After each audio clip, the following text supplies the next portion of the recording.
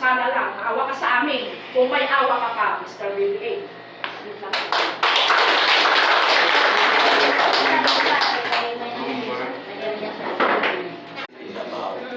And then, si Administrator for Mindanao, Mr. Chris Digala, announced na by virtue of proclamation, they already have that 26,000 hectares, 16,000 sa WAO, 10,000 sa Amay Manatilang.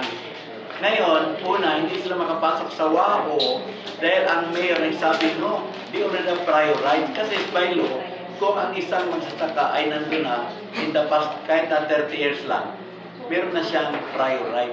Mas mabigat pa yun sa title. Eh, nandun sila, mga settler dyan eh. In the 50s pa nandun na. Ano sabi ni Mayor Elvino Nono Balicao Jr., no, I'm sorry, you cannot enter. Wow. I already issued an IPR, individual property rights, to some 500 farmers.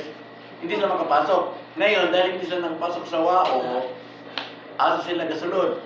Dito na sa Amay Manabilang, 10,000 hectares. Kaya nga no, kay di man gasign ang mayor sa ilang IPR na mag-sign na unta.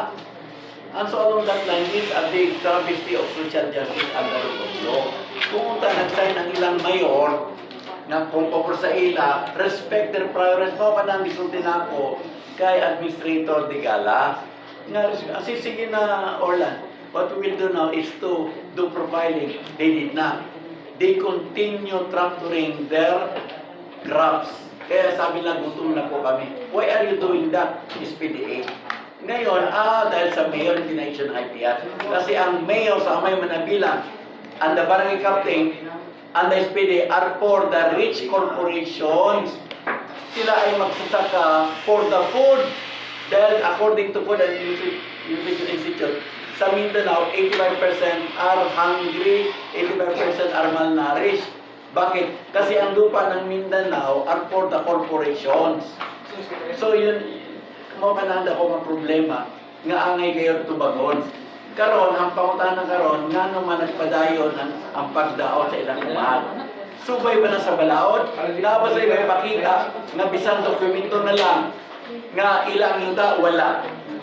Kay si Mayor, si Judge Gambua, sa WAO, dili ka issue o order, nga ipakawa sila. So, there's no rule of law.